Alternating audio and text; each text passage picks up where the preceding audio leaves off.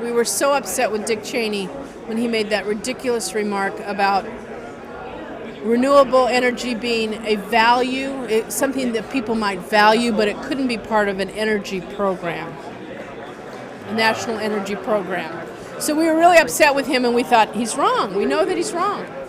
And now, as of last year, ASES, the American Solar Energy Society, released a report, you can get it on their website, that shows that we can meet the challenge of global climate change by going to renewables, 40% and 60% conservation. So yes, we can do a national energy plan, Dick Cheney, by going and supporting renewables. So we had a contracting company, remodeling company, 6 years ago. My husband had been in the business 30 years, and we decided to make it into a solar company and do solar electric and solar hot water systems. So we bought our first solar hot water system, a used system, off of Jehovah Witness Hall in Maine.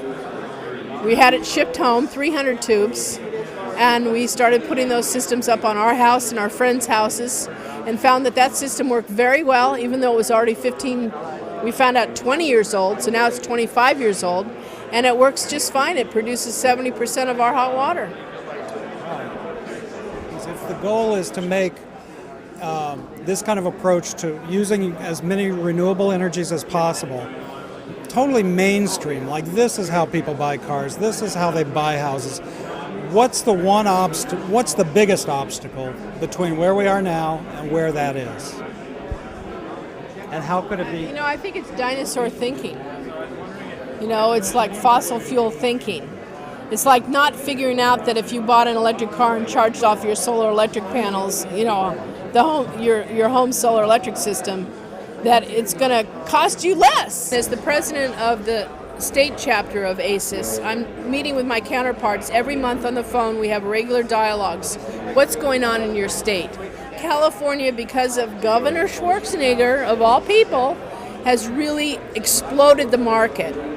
So there's going to be a lot going on because of, in part, it's incentives. Here in Washington State, we have a program to reward people every year based on production. This is based on the German model.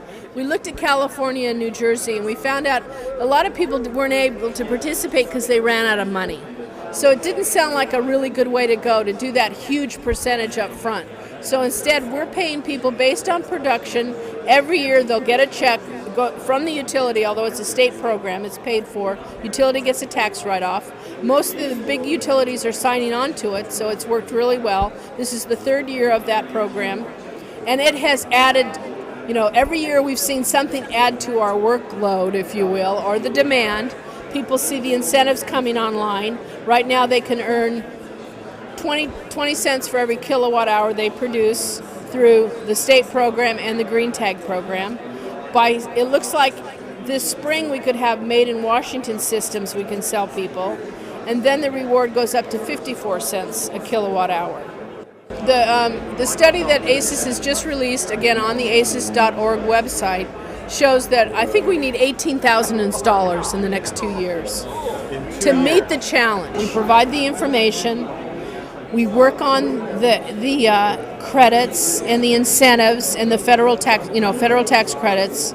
We do our legislative work because we have to do that. It's just like with the war. We have to let our legislators know we will end this war now. Take those billions of wasted dollars and put it into renewables now. Pay the vets that are returning for their education now. Right. Maybe start sending those solar panels to Iraq instead of guns. It sounds like they could use them. Not to mention the sand. They got the sun. They got the sand.